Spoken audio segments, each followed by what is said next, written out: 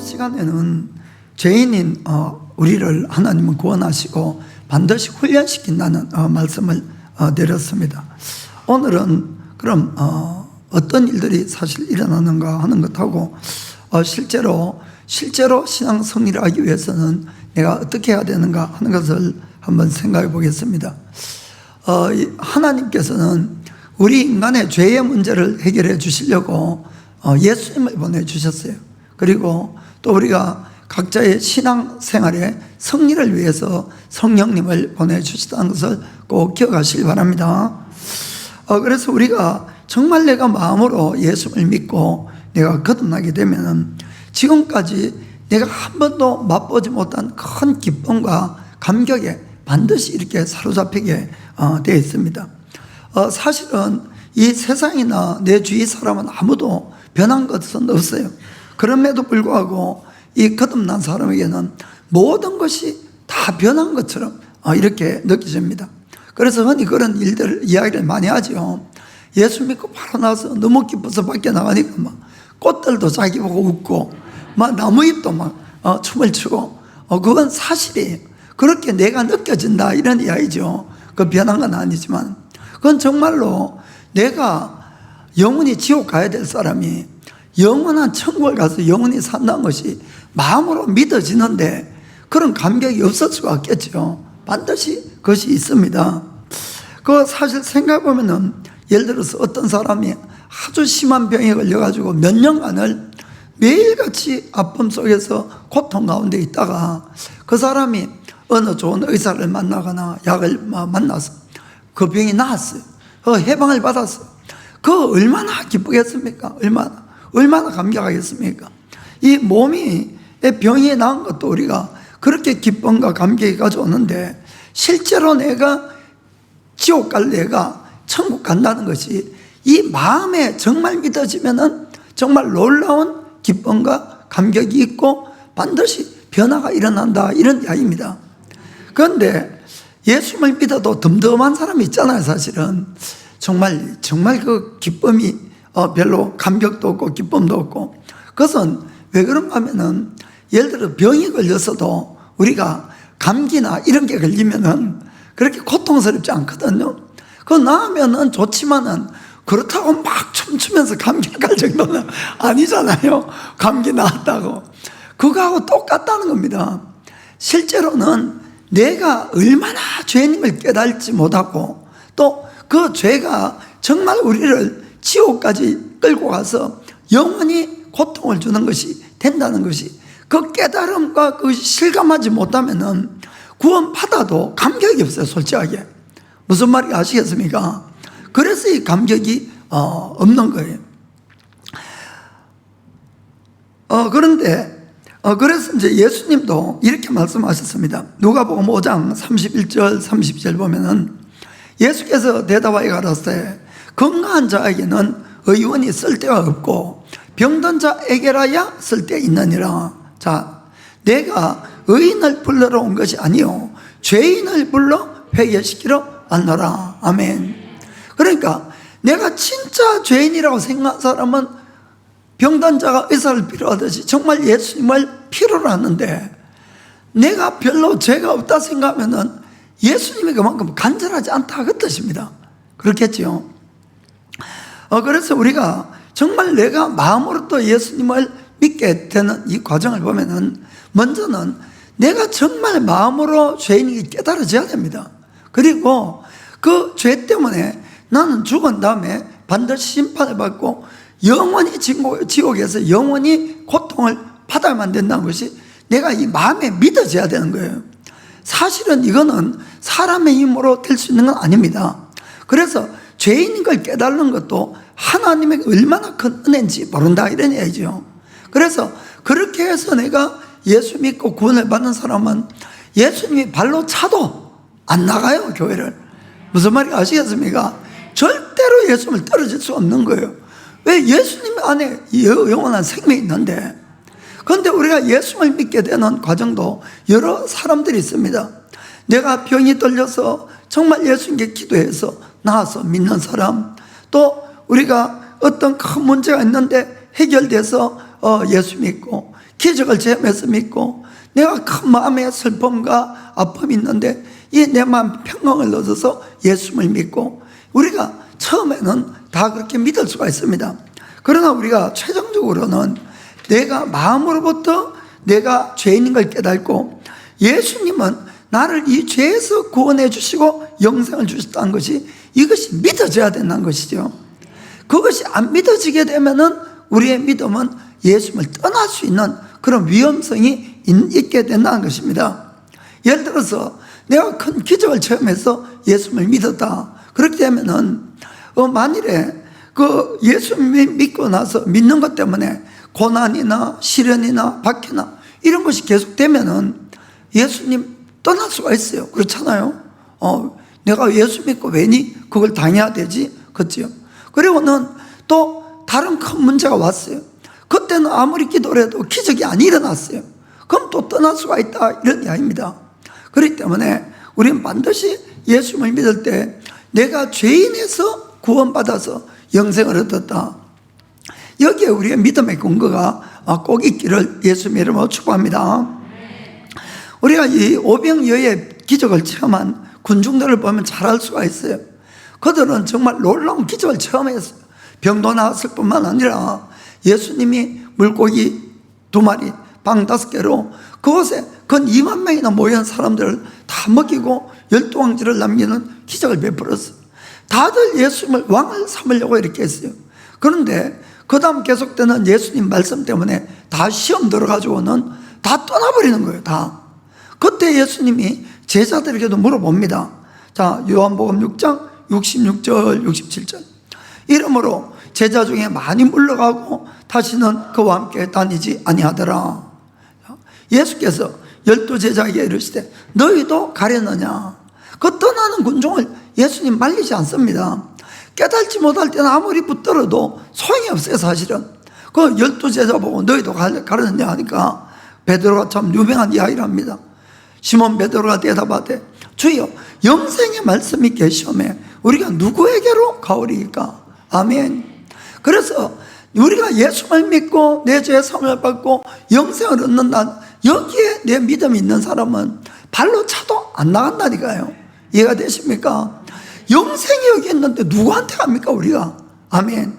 정말 이런 믿음이 꼭 되시기를 주님을 축복합니다. 그래서 우리가 내 자신이, 여러분이 스스로 알잖아요. 잘 생각해 보면은 내가 정말 죄인인가? 이 알쏭달쏭하면은 이 사람은 아직 죄인이 안 깨달은 거예요. 이거는 이 알쏭달쏭하면은 정말입니다. 이거는. 그러니까 이런 분들은 하나님께 다른 거 기도할 거 없어요. 솔직한 이야기로 주님 내 죄가 얼마나 큰지 그것 좀 깨닫게 해달라고. 그리고 하나님이 정말 살아계시고 사람이 죽으면은 정말 심판이 있고 천국과 지옥으로 갈라집니까? 이것 좀 깨닫게 하려고 열심히 기도하셔야 됩니다. 그것이 안 되면은 아무리 기적을 체험하고 뭘 해도 여러분, 그래서 예수를 믿고 교회 오고 헌금을 아무리 많이 해도 실제로는 하나님과의 관계가 전혀 회복이 안 된 상태입니다. 안 맺어진 거예요. 무슨 말인지 아시겠습니까? 그래서 우리가 주님 앞에 아직까지 나에게 그런 체험이 없다 이러면은 정말로 하나님 내가 얼마나 큰 죄인인지 그것 좀 깨닫게 해달라고 간절하게 기도하시길 바랍니다. 성령님이 하시는 가장 큰 일 중에 하나가 뭔가 하면은 요한복음 16장 8절에 보면은 이렇게 되어 있어요. 성령님이 와서 죄에 대해서, 의에 대해서, 심판에 대하여 세상을 책망하시리라. 아멘. 그 성령님이 오시면은 내가 얼마나 큰 죄인인가를 깨달아져요. 여기 심판에 대해서 깨달아지고 예수 믿는 건 맞니? 내가 의를 받는다는 것도 깨달아지는 거예요. 그러니까 믿을 수가 있는 겁니다. 아멘. 그래서 예수님이 이 땅에 오신 가장 중요한 목적은 태어날 때부터 이미 말씀하셨어요. 마태복음 1장 21절 보면은 아들을 낳으리니 이름을 예수라 하라. 이는 그가 자기 백성을 저희 죄에서 구원하실 자이심이니라 하니라. 아멘. 태어나기 전부터 예수님의 운명 하시는 일이 딱 정해진 겁니다. 우리를 죄에서 구원해 주기 위해서 예수님은 이 땅에 오셨다는 것을 꼭 믿기를 바랍니다. 그래서 우리가 예수님이 아직까지 나의 구세주가 아니란 걸 내가 죄인인 걸 몰라도 기적을 체험할 수 있어요. 그래서 하나님의 은혜로 그렇게 해줍니다. 우리가 힘들고 어려우면은 기도할 때에 정말 병도 고쳐주고 또 뭐 사업도 이렇게 다시 해주고 뭐 관계도 회복시키고 하지만은 그것이 예수님이 오신 참된 목적은 아니에요. 우리를 죄에서 구원해 주시는 겁니다. 그렇기 때문에 만일에 내가 죄인인 자각이 없으면은 예수님의 십자가의 죽음도 올바로 깨닫지 못합니다. 그렇잖아요. 왜 예수님이 십자가 죽으셨지? 이렇게 되는 겁니다. 그것은 바로 나의 죄를 사해 주시려고 대신 죽어 주신 거예요. 그렇지 않으면 하나님이 못할 일이 뭐가 있습니까? 그냥 안 죽으시고 병 고치고 뭐하고 다 하시면 되잖아요. 그런데 왜 하나님의 아들이 꼭 죽어 주셔야 되느냐? 그만큼 죄가 무섭고 죄가 모든 것의 불행의 원인이고 그것에서 구원받지 않으면 하나님과의 관계가 맺어지지 않는 것을 아시길 바랍니다. 예수님 안에는 치료도 있고 이 부활도 있고 기적도 있고 여러 가지 축복이 있습니다. 그러나 그것은 예수님이 우리를 불쌍히 여겨서 주시는 은혜고 또 하나는 예수님이 정말 우리의 구세주라는 것을 증거하기 위한 것이지 목적은 그것이 아니다 하는 것입니다. 그리고 실제로 내가 기적을 체험해서 이 병이 나았다 할지라도 우리 몸은 언니가 다 죽잖아요. 그 영원하지 않다는 것이죠. 그래서 예수님의 참된 목적은 우리가 죄에서 구원하는 것이다. 이것을 꼭 믿으시길 바랍니다. 그래서 우리가 이 마음으로 예수님을 믿지 않으면은 내가 죄인인 걸 깨닫고 죄에서 구원받지 못하면은 우리가 아직까지 구원받은 것이 아니에요, 여러분. 그래서 꼭 내가 죄인인 걸 깨닫고 그 죄를 하나님 앞에 이 고백하고 예수님을 꼭 믿게 되기를 예수님의 이름으로 축복합니다. 자, 그러면은 우리가 구원받게 되면은 어떻게 되는가? 사실은 그때부터 새로운 갈등이 우리 속에 시작이 되는 겁니다. 하나님께서 예수님을 이 땅에 보내주신 목적은 인간의 힘으로는 하나님의 법인 율법을 다 행할 사람이 아무도 없는 것이에요. 그러면 아무도 구원을 받지 못한다 그런 뜻이 되거든요. 그래서 우리를 불쌍히 여기시고 이 율법에서 오는 형벌을 예수님이 다 짊어지시고 대신 갚아주신 것이에요. 그래서 우리가 믿는 자가 그것을 은혜로 축복으로 받도록 이렇게 해서 구원을 시켜주신 겁니다. 즉 예수님의 십자가의 죽으심이 바로 나의 죄 때문에 한 것을 내가 믿어야 되는 것이에요. 그리고 예수님의 부활이 나의 부활인 걸 믿어야 되는 것이에요. 그렇게 우리가 구원을 받게 되는 것입니다. 그렇게 해서 우리가 실제로 구원을 받게 되면은 하나님은 나의 모든 죄를 사해 주신 그 표로 정말 하나님의 영을 우리에게 부어주세요. 우리 속에. 그래서 우리 속에 이 영의 이 사람이 생기는데 그것을 가지고 우리가 이제 거듭났다 이런 표현을 하죠. 그래서 정말 그런 체험이 오면은 자기의 모든 죄는 사해지고 나는 언제 죽어도 정말 천국 간다는 것이 마음에 믿어집니다. 신기하게 믿어져. 그러니까 막 놀라운 기쁨이 있죠. 그런 모든 것이 변한 것처럼. 그래서 그런 사람들은 뭐 똑같이 하는 고백이 있어요. 그 하나님 앞에 얼마나 감사합니까? 나를 천국 데려가신 하나님. 그러니까 앞으로는 절대 나는 죄를 안 지을 거야. 그리고 나는 앞으로 하나님만 기쁘게 하는 일만 할 거야. 이런 결심들을 다 합니다. 그리고 실제로 의식적으로는 그렇게 살려고 노력을 합니다. 그런데 노력을 하는데 웬걸 갑자기 내 속에 아주 추하고 더러운 막 죄된 생각이 막 올라오는 거예요. 그럼 너무너무 당황하죠. 이거 도대체 어디서 올라오는가? 나는 분명히 내 죄가 다 예수님께 사함을 받았고 또 하나님의 성령까지 와 계시는데 왜 이런 죄된 생각이 나에게 이렇게 물밀듯이 올까? 이런 우리가 의문이라 그럴까 갈등이라 그럴까 이런 것이 오는 겁니다. 물론 대부분의 크리스찬들은 생각은 그런 더럽고 초한 것들이 오지만은 그렇다고 그걸 따라가서 죄를 짓고 이런 사람은 거의 없어요. 그러나 고민이 아주 많죠. 갈등도 많고 왜 나에게 이런 생각이 올까? 이런 이야기입니다. 그러나 이것은 실제로 거듭난 크리스찬이라면은 오히려 지극히 당연하다는 것을 여러분들이 먼저 아시길 바랍니다. 그것은 왜냐하면은 우리가 거듭나게 되면은 이 나의 옛사람 안에 나의 새 사람이 심어지기 때문에 결국은 나의 속에 있는 옛사람과 새 사람이 갈등을 가지고 늘 싸우게 되기 때문에 그렇다, 이런 이야기입니다. 사도 바울조차도 그런 경험 때문에 정말 절망까지 한 적이 있습니다. 자, 먼저는 로마서 7장 21절 보겠습니다. 내 속사람으로는 하나님의 법을 즐거워하되, 그래요, 정말로 새로 생긴 내 속에 심어진 이 사람은 정말 하나님의 법을 즐거워한다. 하나님 말씀대로 따라 살기를 원하고 하나님을 기쁘게 해달라고 이렇게 애를 쓰는 겁니다. 그런데 아주 또 놀라운 일이 벌어집니다. 로마서 7장 15절부터 15절. 나의 행하는 것을 내가 알지 못하니 곧 원하는 이것은 행하지 아니하고 도리어 미워하는 그것은 함이라. 19절에 내가 원하는 바 선은 하지 아니하고 도리어 원치 아니하는 바 악은 행하는도다. 아멘. 내 속에 나는 주님의 뜻대로 분명히 살려고 작정하고 나가는데 자기가 원치도 않는 이 죄된 생각, 죄된 마음, 세상 말로 하면 시기, 질투, 미움, 음란, 이런 것들이 물밀듯이 오더라, 이런 얘기입니다. 그래서 이 바울이 너무나 이제 당황한 것이에요. 자, 21절부터 24절까지 읽겠습니다. 그러므로 내가 한 법을 깨달았노니 곧 선을 행하기 원하는 나에게 악이 함께 있는 것이로다.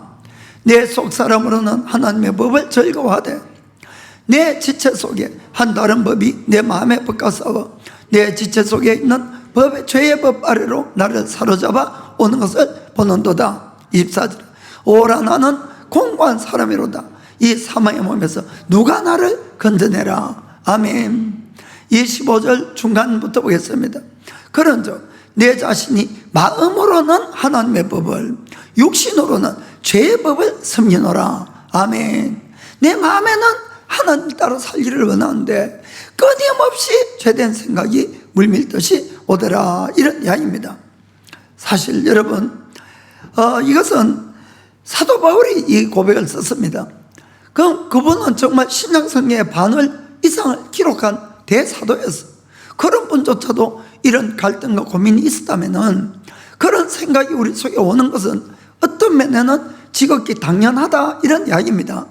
내가 특별히 다른 사람보다도 더 추악하고 더러운 죄인이라서 이런 것이 오는 것이 아니고 이 바울조차 그런 체험을 했다면 우리는 당연한 걸 아시길 바랍니다. 그 왜 그런가 하면은 아까 말씀드린 것처럼 우리의 옛사람 안에 하나님은 새 사람을 넣었기 때문에 나의 옛사람과 새 사람이 싸우기 시작했다는 것을, 그걸 여러분들이 꼭 깨닫길 원합니다. 우리가 이 거듭났다고 했을 때에 나의 자신 속에 또 다른 한 사람이 들어왔다, 그 뜻은 아닙니다. 여러분, 그것이 아니고 내 속에 지금까지의 나의 모든 생각하는 것들 안에 완전히 나의 생각과 다른 생각이 들어온 거예요. 그것은 하나님의 생각이 들어왔다, 이렇게 생각하는 것이 좋을 것 같습니다. 그래서 쉽게 이야기를 해서 우리가 지금까지의 나의 모든 생각하는 파탄, 이것을 옛사람 또는 겉사람, 나의 육의 사람, 이렇게 표현을 합니다. 그리고는 새로운 들어와서 생긴 나의 생각에 이 사람을 쉽게 나의 속사람마다 영의 사람, 또 나의 이 속사람하고 그리고 새 사람, 이렇게 표현을 합니다. 그런데 하나님은 우리가 거듭날 때에 지금까지 나의 모든 옛사람, 옛된 생각 다 제거하고 그냥 새 사람만 넣어주면 제일 좋을 것 같던데, 그럼 고민이 없잖아, 솔직히 고민이. 그런데 왜 하나님은 나의 옛사람, 옛생각을 그대로 놔두고 그 안에다가 새 사람을 집어넣었을까? 이것을 오늘 좀 깊이 같이 생각하길 원합니다. 그렇기 때문에 늘 우리가 신앙생활 하면서 이 알면서도 자꾸 딴 길 가고 이런 거 있잖아요. 그 아직 하나의 생각만 있으면 갈등이 없죠. 갈등이. 그 갈등이 있는 이유가 바로 이 새 사람이 들어온 걸로 말미암아 내가 새로운 생각을 가지고 있기 때문에 그런 거예요. 표현이 그런데, 그러니까 무슨 이야기인가 하면은 우리는 예수님을 믿기 전에는 옛사람 안에 있었어요. 나의 지금까지 죄된 생각 속에서 살아왔는데 그것이 죄인지도 모르고 살아온 거예요. 실제로는. 그래서 나의 이 육의 사람 가는 것은 새로운 내가 더러운 생각을 하는 것이 아니고, 여러분 잘 생각하세요. 지금까지 우리는 더러운 생각을 하고 살았다는 거예요, 여러분. 그런데 그것이 깨달지 못한 거예요. 내가 예수님을 만남으로 말미암아 죄가 무엇인지 그때부터 깨닫게 된 거예요. 그래서 이 육의 사람, 옛사람, 이것이 내가 막 기도하는데 더러운 생각이 올라오는 것이 갑자기 내가 내 속에서 올라오는 것이 아니고, 여러분 옛날부터 그래 살아온 거예요, 사실은. 그런데 예수 믿고는 내가 깨끗해진 거에 한번 싹 씻김을 받은 거예요. 그러니까 그게 얼마나 더럽게 느껴지는지 무슨 말인지 아시겠습니까? 특별하게 우리가 뭐 깨달아가지고 내가 깨끗한데 더러운 것이 온 것이 아니고, 나는 원래 그래 더럽게 살아왔어요. 더럽게, 초하게 더럽게 살았는데 어느 날 죄가 깨달아진 거예요. 내가 예수님을 만나고, 그러고는 영의 생각이 내 속에 자리 잡고 있는데, 그러니까 나는 바로 살려고 하죠, 이제 그때부터. 그런데 이 불쑥불쑥 올라오는 거는 귀신이 갖다 주는 거 아닙니다, 여러분. 그럼 우리가 막 그런 생각 오면 귀신은 떠나가려 하는데 귀신은 내가 아닌데 그거는 옛날에 나요, 사실은. 여러분 실망할지 몰라도 옛날에 추악과 더러운 생각 속에 살았어요. 그냥 살았어요. 그런데 죄인지를 몰라, 그게. 여러분도 그렇겠지만은 저는 33살까지 그래 살았어요. 진짜 죄가 뭔지를 몰랐어요, 정말로. 그러니까 그래 제가 이제 33살 때 예수님을 만나고 거듭나고 나니까 저도 이제 정말 하나님께 감사하고 깨끗하게 살려고 뭐 몸부림을 치는데, 기도하는데도 그런 생각하고 길 가는데도 그런 생각 나고, 이게 뭐 시도 뜻도 없이 올라오는 거예요. 그때마다 귀신아 떠나가라고 얼마나 소리치지 몰라요. 그런데 소리칠수록 나갑니까 더 옵니까? 더 오는 거예요. 그건 귀신 같으면 나가야지. 그런데 귀신이 가져오는 것이 아니고 옛날에 내 속에 있는 죄의 습관, 죄의 성격이 다 이렇게 올라오는 거예요, 그것들이. 아멘. 그래서 하나님께서는 그걸 다 뿌리 뽑기 위해서는 어떤 방법을 쓰는가 하면은, 하나님이 그걸 제해 주시면은 우리는 그런 생각이 또 금방 넘어가는 거예요. 무슨 말인지 아시겠습니까? 그래서 그런 못된 성격들이 있는 그 안에 하나님이 새 사람을 집어넣은 거예요. 그러니까 막 그날부터 기쁘기는 기쁜데 새로운 갈등이 생기는 겁니다. 바로 살려는 나에게 옛사람이 다 뒷다리 잡는 거야, 이게. 무슨 말인지 아시겠죠?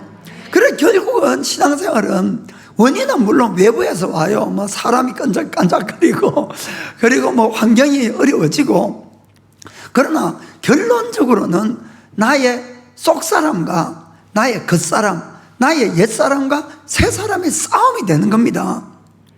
결국 외부에서 뭔가 왔을 때에 내 옛사람이 나가면 이깁니까, 집니까? 반드시 지겠지요. 그러나 나의 이 영의 사람이, 영의 생각이 나가면 이길 수가 있다는 거예요. 이거는 훈련을 해야 되는 거예요. 안다고 되는 것이 아니다는 것입니다. 그래서 지혜로운 하나님께서는 우리의 그 더럽고 추악함 속에 새 사람을 집어넣고 우리를 훈련시킨다는 것을 여러분 깨닫기를 축복합니다. 그래서 우리가 예수님 믿기 전에는 죄가 뭔지 몰라요. 죄에 대해서 그렇게 고민하고 안 삽니다, 우리. 그냥 남 뭐 작은 거짓말 뭐 이런 거 해도, 남 좀 속이고 뭐 나쁜 짓 하고 해도 남들도 다 그래 사는데 이래 생각하고 다 살아왔어요, 솔직히 아니하기로. 자, 그래 로마서 6장 20절에 그런 말씀이 있어요. 너희가 죄의 종이 되었을 때에는 의에 대하여 자유하였느니라. 이것은 예수 믿기 전에 넌 의에 대해서 자유했다는 뜻은 하나님의 뜻대로 사는 것에 대해서 자유로웠다는 거예요. 아무렇지게 부담감이 없었다, 그 뜻입니다. 내가 뭐 바로 안 산다, 그게 뭐 어떤데, 그냥 이렇게 사는 거예요. 그런데 우리가 20절에 21절에 보면은 내가 너희가 그때에 무슨 열매를 얻었느냐, 이제는 너희가 그 일을 부끄러워하나니 이는 그 마지막이 사망임이니라.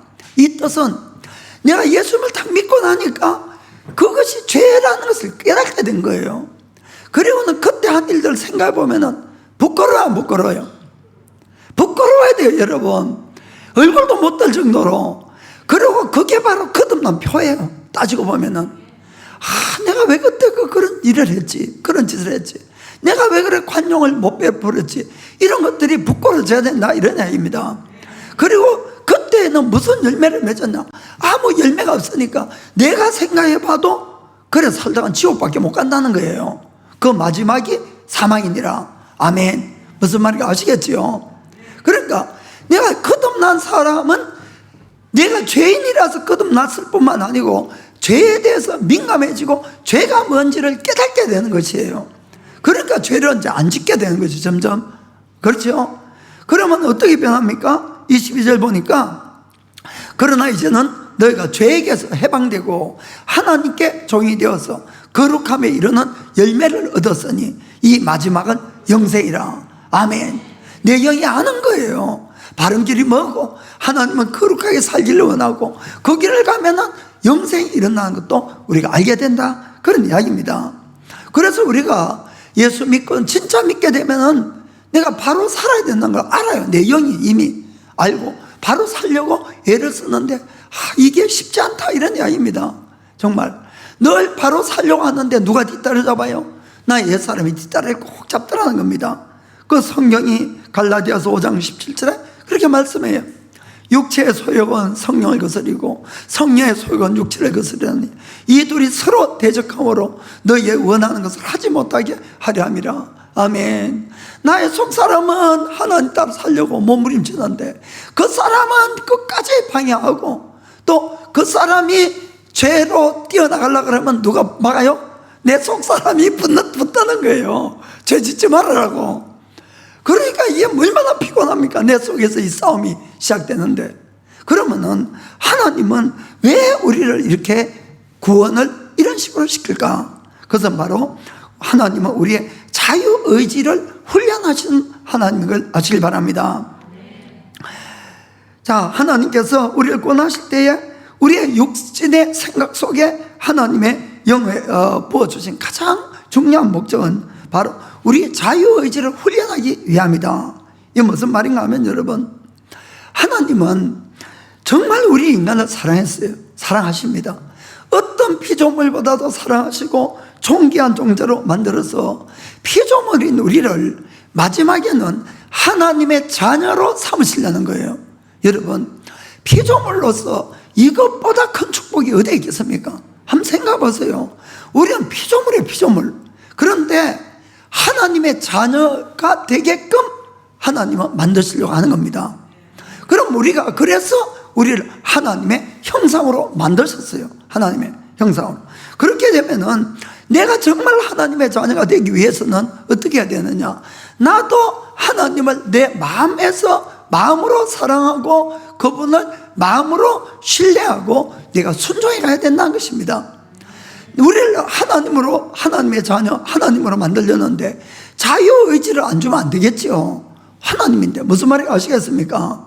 그런데 그 자유의지로, 그러나 우리는 하나님을 사랑하고 하나님을 선택할 수도 있고 하나님 외의 것을 선택할 수도 있다는 겁니다. 그 자유의지는 복 중에 복이지만은 또 하나는 아주 위험도 따른다는 것이에요. 무슨 말인지 아시겠죠? 그런데 참으로 안타깝게도 첫사람 아담은 하나님 외의 것을 사랑하고 택하고 말았어요. 죄가 들어오고 완전히 실패하고 말았다는 겁니다.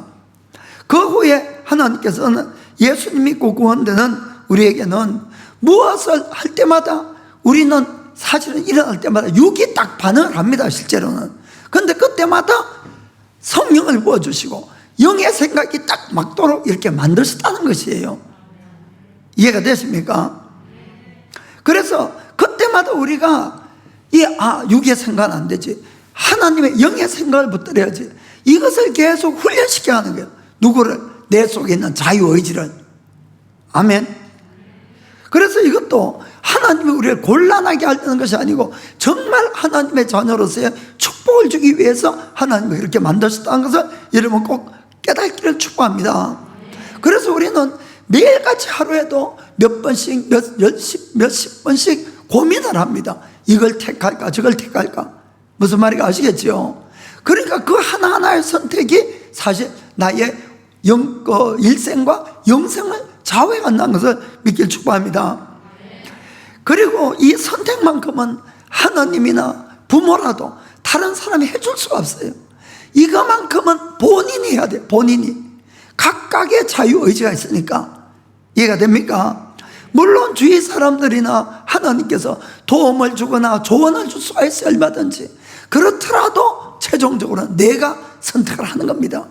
그래서 구원은 개인 구원이 되는 것이에요. 부모가 예수 믿는다고 자동 구원이 아니란 것입니다.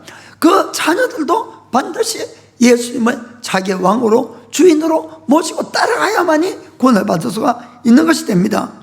자, 로마서 8장 4절 보겠습니다. 욕심을 쫓지 않고 그 영을 쫓아 행하는 우리에게 율법의 요구를 이루어지게 하려 하심이라. 자, 앞부분만. 욕심을 쫓는다, 그 영을 쫓는다는 것은 누가 해야 됩니까? 내가 해야 된다는 것이에요. 자동적으로 영을 쫓아가는 것이 아니고 육신을 쫓거나 영을 쫓는 건 내가 선택을 해야 된다 그 뜻입니다. 5절도 봅시다. 5절. 육신을 쫓는 자는 육신의 일을, 영을 쫓는 자는 영의 일을 생각하나니. 아멘. 여기서 육신을 쫓는 자, 영을 쫓는 자는 나의 의지로 두 생각 중에서 어느 것을 따라가는 것은 내가 선택해야 된다는 거예요. 이해가 되죠? 그러니까, 그런데 경고가 있죠. 6절부터 8절까지. 육신의 생각은 결국 사망이요, 영의 생각은 생명과 평안이니라. 7절. 육신의 생각은 하나님과 원수가 되나니 이는 하나님의 법에 굴복치 아니할 뿐 아니라 할 수도 없음이라. 8절에. 육신에 있는 자들은 하나님을 기쁘시게 할 수가 없느니라. 아멘. 내가 내 속에 두 생각이 늘 싸우는데 육신의 생각을 따라가면 절대로 하나님을 기쁘게 할 수 없다는 겁니다. 기쁘게 할 수 없는 것에 그치는 것이 아니고 사망으로 가는 거예요. 사망으로. 13절에 그렇게 되어 있습니다. 너희가 육신대로 살면 반드시 죽을 것이로되 영으로서 몸의 행실을 죽이면 살리니. 아멘.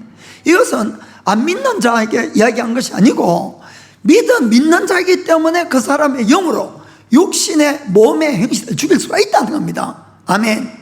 무슨 말인지 아시겠죠? 내가 구원받았음에도 불구하고 여전히 끝까지 육신의 생각을 따라가면 그건 죽는 거예요. 여러분, 정말 지옥 가는 겁니다. 그래서 우리가 이걸 조심을 하셔야 되는 것이에요. 그래서 하나님은 우리 인간에게 자유의지를 준 이상은 어느 누구에게도 여러분 절대로 강제적으로 하나님은 복종시켜서 끌고 가는 법이 없다는 걸, 이걸 여러분 아셔야 됩니다. 아세요? 만일에 하나님께서 그것을 원하셨다면 처음부터 인간을 만들 때 로봇으로 만들면 간단해요. 그냥 다 순종에 따라갑니다. 아멘. 그러나 자유의지를 줬다는 것은 그만한 축복이지만 그만한 책임이 따른다는 것도 우리가 깨닫기를 주의 이름으로 축복합니다.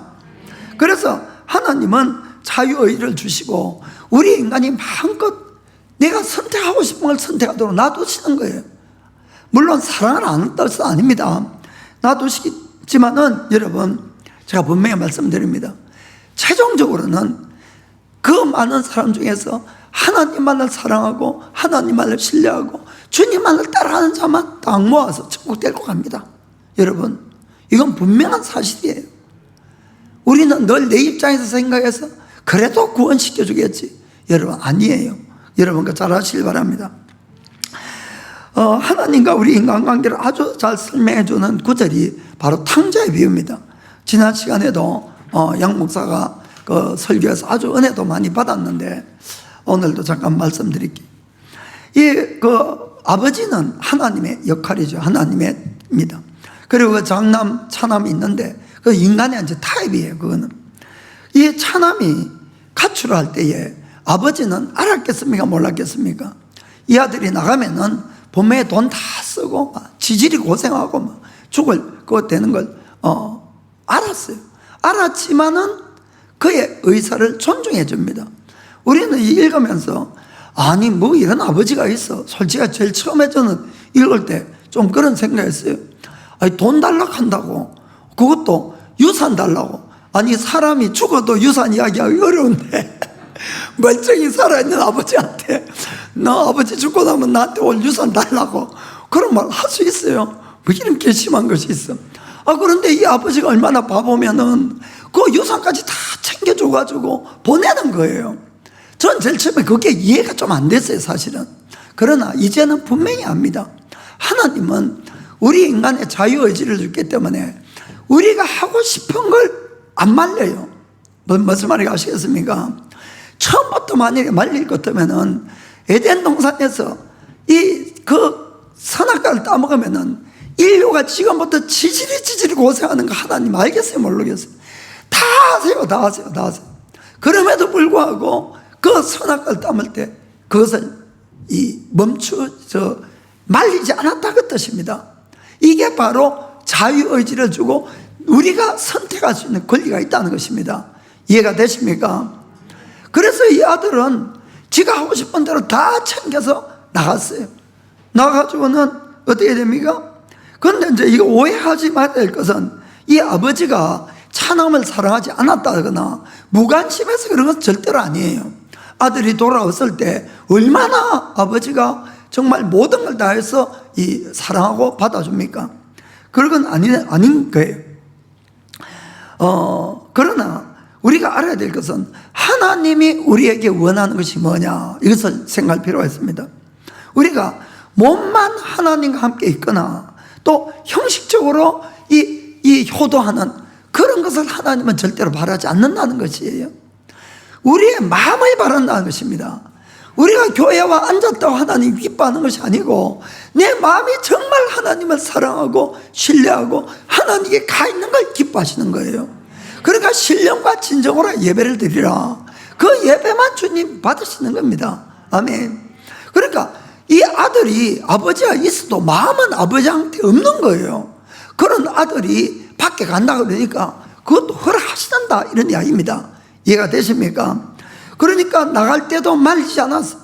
그리고 나가서 돈 다 써버리고 먹을 것이 없으니까 이방인의 돼지를 치면서 돼지가 먹는 쥐염 열매조차 구할 것이 없어서 배가 올라서 있는데 그 소식을 들었어요. 그 읽어보면 나중에 알 수 있습니다. 그럼에도 불구하고 이 아버지가 찾으러 안 가는 거예요. 왜 안 가겠습니까? 아직도 차남의 마음이 아버지께 와 있지 않는다는 거예요. 무슨 말인지 아시겠습니까? 그럴 땐 데려와 봐야 또 나가요, 집. 무슨 말인지 아시겠죠? 그렇게 내버려 뒀는데 그 고통이 이 아들을 변화시키는 겁니다. 이 아들에게 깨달음을 주는 것이에요. 어떤 변화와 어떤 깨달음이 있었습니까? 마음으로부터 아버지의 소중함을 깨닫게 됐다는 거예요. 마음으로부터. 자, 누가복음 15장 17절에 이에 스스로 돌이켜서 가로되 본정신이 들어봤어. 본정신. 그때가 홀려가지고 막 돌아다니다. 스스로 돌이켜서 내 아버지에게는 양식이 풍족한 품꾼이 얼마나 많은고 나는 여기서 줄여 죽는구나. 생각해 볼수록 아버지 집이 가장 좋다는 걸 깨닫게 된 것이에요. 무슨 말인지 아시겠죠? 아버지. 그리고는 또 한 가지 자기가 한 모든 것이 정말 잘못됐다는 걸 깨달아진 겁니다. 그 다음 구절 보겠어요. 18절. 내가 일어나 아버지께 가서 이르기를 아버지여 내가 하늘과 아버지께 죄를 얻었사오니. 아멘. 자기가 정말 잘못했다는 것을 마음으로 깨달았어요. 그리고는 아들이 돌아오니까 성경이 어떻게 되어 있습니까? 아직까지 거리가 먼데도 아버지는 달려갔다고 되어 있어요. 달려갔다고. 아멘. 왜 달려갔고 그 아들을 냄새나는 아들을 끌어안고 그리고는 모든 좋은 것으로 환영을 했겠습니까? 몸이 돌아온 것이 아니라 뭐가 돌아왔어요? 마음이 돌아온 거예요. 아멘.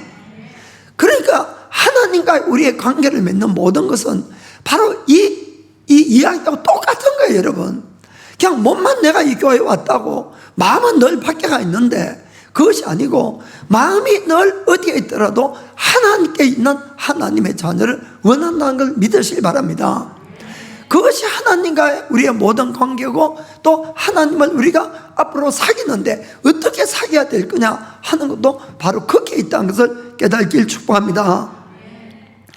여러분, 하나님은 하나님의 아들조차 생명을 아끼지 아니하고 우리에게 줄 정도로 사랑하시는 거예요. 그러나 몇 번이고 이야기하지만은 절대로 강제적으로 안 하신다는 거예요. 여기에 많은 사람들은 나를 사랑하면 왜 내버려둬? 이렇게 자꾸 이야기를 하는데 그게 아니라는 겁니다. 하나님은 우리를 그분의 형상으로 담고 하나님의 자녀로 만드는 것이 그분의 계획이에요. 성경에 그렇게 적혀 있잖아요. 예수 믿으면 다 하나님 자녀 된다고. 그 놀라운 축복을 주기 위해서는 내가 하나님처럼 마음가짐을 가져야 된다는 겁니다. 억지로도 아니고 싫어서도 아니고 내가 마음으로 주님을 사랑하고 주님만을 신뢰하고 그 표로 그분의 말씀을 내가 순종하는 자가 될 때 그 인정을 받게 되겠지요. 아멘. 그것이 전부라는 거예요. 하나님과의 우리의 관계에 있어서. 그렇게 되면은 그 사람은 아주 놀라운 이 복된 그런 인생을 살고 누구라도 다 영생을 받는 줄 믿으시길 축복합니다. 그런데 첫사람 아담이 실패한 것 때문에 이미 죄인된 우리를 구원한 하나님으로서는 이제는 두 번 다시 우리가 죄 때문에 실패하지 않는 우리를 만들기 위해서 우리의 옛사람을 그대로 놔두고 그리고는 이 하나님이 새 사람을 부어주셨다는 것을 깨닫기를 주님으로 축복합니다. 그래서 여러분들이 그 불쑥불쑥 올라오는 그거는 솔직한 마귀가 아니고 그게 바로 나의 참모습이에요. 옛날부터 있는 나의 참모습. 그게 납니다. 뻑하면 시기하고 질투하고 뭐 미워하고 막 죽이고 싶고 음란하고 뭐 이런 것들 다 전부 나예요, 나. 솔직하게 여러분들이 그거 인정하시면은 아 그래 너도 수고 많이 했다. 그리고 여러분 그게 마귀가 아니기 때문에 자기라는 것을 알면은 쉽게 이겨나갈 수 있어요. 여러분 다스려야 됩니다. 그 우리가 이 영의 생각에 성령님의 생각을 따라가면은 때로는 그것 때문에 대인관계도 더 힘들어질 때도 있어요. 솔직하게 환경도 더 어려워질 때도 있습니다. 그러나 여러분 내 마음을 잘 살펴보세요. 그러면은 내 마음이 아주 평강이 와요. 그리고 기쁨과 감사와 확신이 분명히 오게 되어 있습니다. 이거는 주님을 따라갔을 때. 그리고는 조금 시간을 가지고 견디게 되면은 반드시 모든 것도 다 이 합력해서 선을 이루고 다 좋아지게 되어 있어요.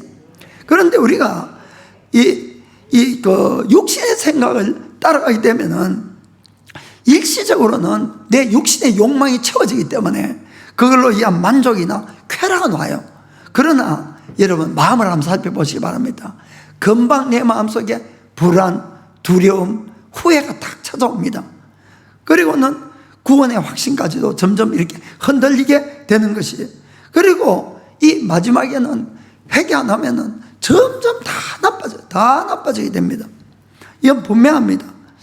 그래서 우리가 그 고난이나 그런 불안, 이런 두려움이 왔을 때 그것도 하나님이 우리를 사랑하는 거예요. 그때라도 마음으로 정신 차리고 회개하고 돌아오면 또 다 용서해 주시고 받아주신 것이 하나님이잖아요. 그런데 나의 이 조그마한 프라이드, 나의 이 자존심, 나의 이 강팍함 이런 것들이 끝까지 육신의 생각을 붙들고 가려고 하거든요.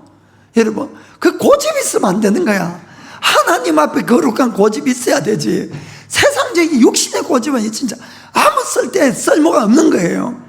그 40년간 그것을 붙들고 있으면 광야를 돌려도 안 삐껴지는 거예요. 진짜 이거 버리셔야 됩니다. 그것은 그 고집이 너무 세면 안 돼요, 여러분.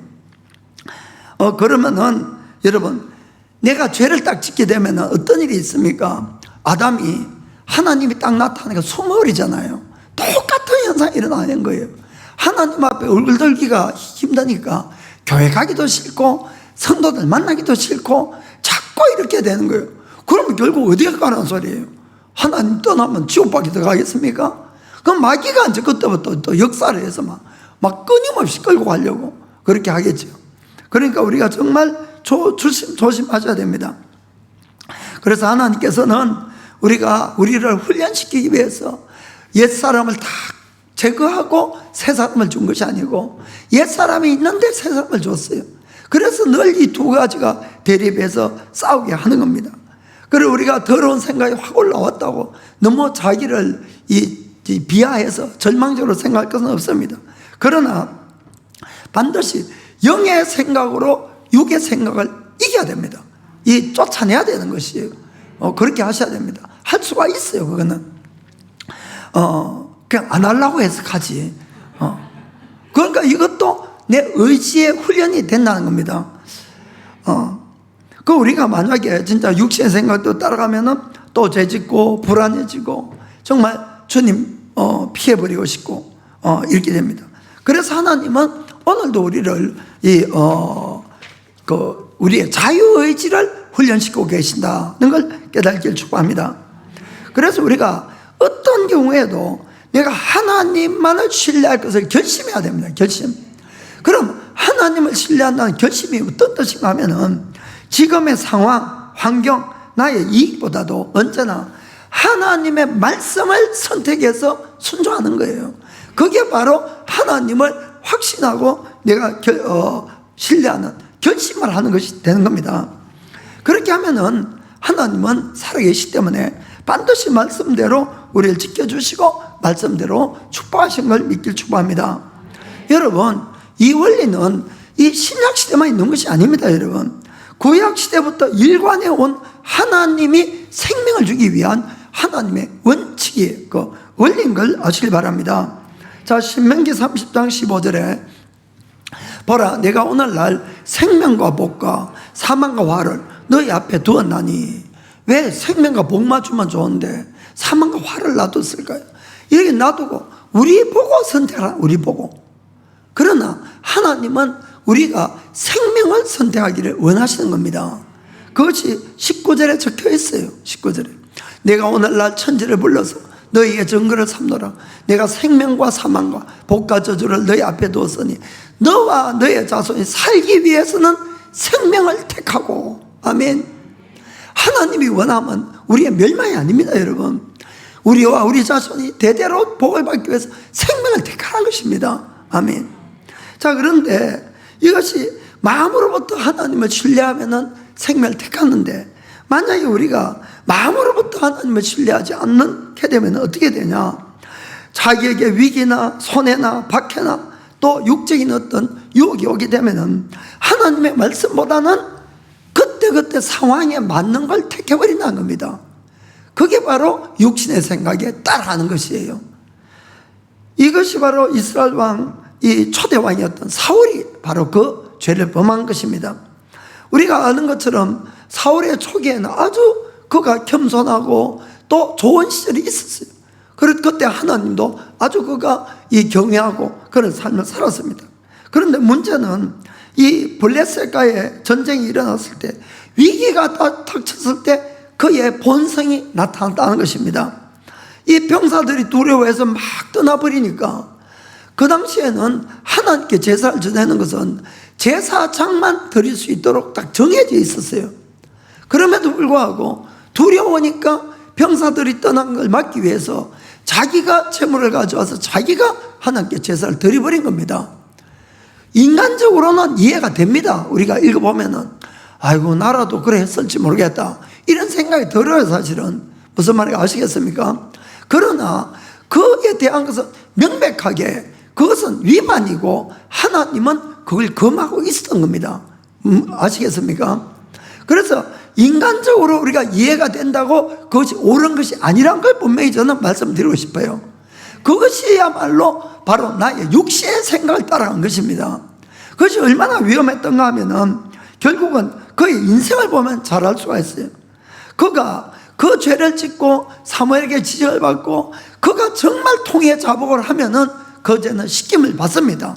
그리고 새 출발이 되는데 그는 그것을 그렇게 심각하게 받아들이지 않았던 거예요. 그 죄가 한번 돌기 시작하니까 그가 그걸 계기로 점점 나빠지기 시작합니다. 그리고는 하나님의 나중에 제사장 85명을 아무 거리낌도 없이 다 죽여버리는 거예요, 여러분.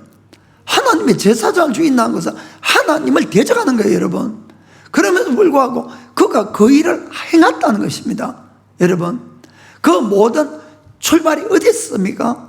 그가 바로 우리가 볼 때 작은 것처럼 보이는 육신의 생각에 따라가 버린 것이 해결을 안 하니까 결국 그렇게까지 무서운 죄로 바로 변했다는 걸 아시길 바랍니다. 우리가 다윗은 어땠습니까? 그가 골리앗을 죽이고 나서 일량 유명인이 됐죠. 사울 왕의 사위가 되었습니다. 그런데 사울은 어떤 행동을 취합니까?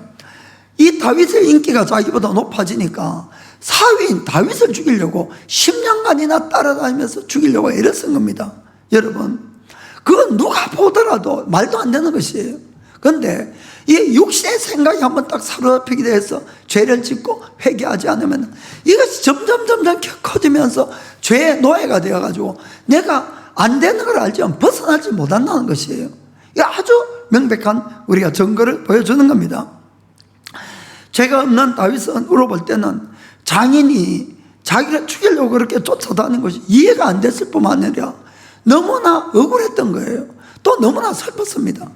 결국은 목숨이 매일같이 위험하니까 도망을 다녀야 되겠고 의지할 수 있는 분은 누구뿐입니까? 하나님밖에 없었어요. 하나님. 10년 동안을 도망 다니면서 매일같이 힘들 때마다 하나님 보고 하나님을 찬양하고 의지하고 그래서 다윗이 막 결심을 합니다. 결심을. 10편 57편 보면은 서문이 나오는가 모르겠다. 거기 보면 이렇게 적혀 있어요. 다윗이 사울을 피해서 동굴에 있을 때에 그가 도망 다닐 때 지은 시입니다. 57편 7절 보겠어요. 7절. 하나님이여 내 마음이 확정되었고 내 마음이 확정되어 싸우니 내가 노래하고 내가 찬송하리이다. 누구를? 하나님을. 아멘. 절대로 나는 하나님 당신 떠나지 않겠습니다. 마음을 완전 확정을 한 겁니다. 아멘. 그 어느 날 사울왕이 또 다윗을 죽이려고 쫓아다니다가 못 찾고 피곤하니까 어느 동굴에 들어가서 좀 쉬려고 이제 잠시 누웠어. 그 잠이 들었어. 그때에 이 다윗 일행이 그 굴 안쪽에 숨어 있었거든요. 그때 여러분 다윗에게는 절호의 찬스가 온 겁니다. 지금까지의 자기의 모든 문제가 완전히 해결될 수 있는 찬스였어요. 지금 이 시간에 사울만 죽이면은 자기가 생명의 위험을 받을 필요도 없고 도망갈 필요도 없고 만인이 아는 것처럼 다윗이 하나님이 기름 부었으니까 그 다음 왕이 되는 거예요. 그런데 만일에 지금 내가 사울을 안 죽이면은 어떤 일이 납니까? 계속해서 목숨의 위험을 받아야 되고 잘못하다가는 언젠가는 죽을 수도 있는 것이에요. 그렇죠?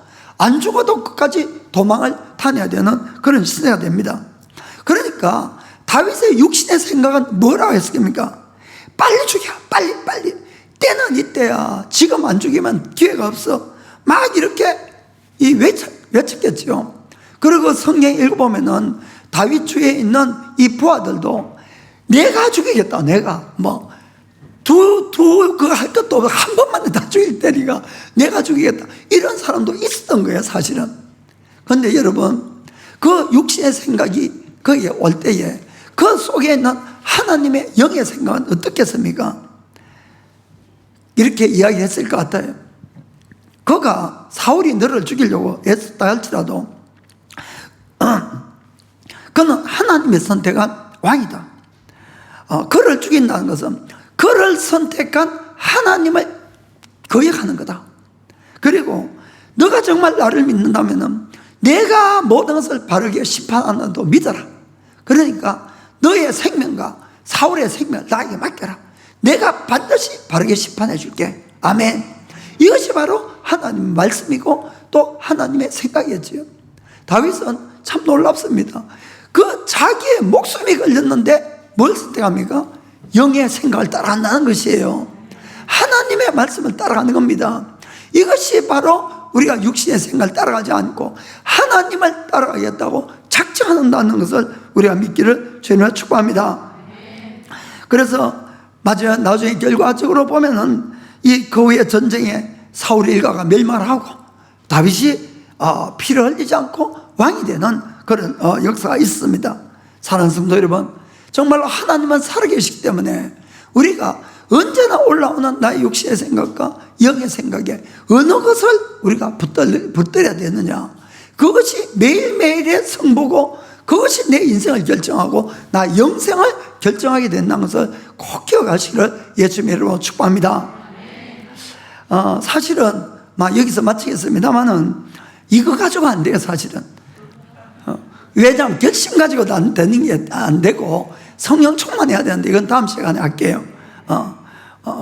그러나 오늘 정말 여러분들이 꼭 기억해야 될 것은 이 불쑥불쑥 올라오는 이 더러운 생각은 딴 데서 오는 것이 아니고 원래부터 있었던 나였어요. 그것이 그곳에 내가 죄 씻음을 받아서 내가 죄를 깨닫게 되고 이제는 그것이 더러워서 보기도 싫다 하는 것입니다. 그러나 그 생각을 따라가면 안 되고 하나님의 영의 생각으로 그것을 몰아내시고 우리가 다 승리하게 되기를 예수님의 이름으로 축복합니다. 자, 기도하겠습니다.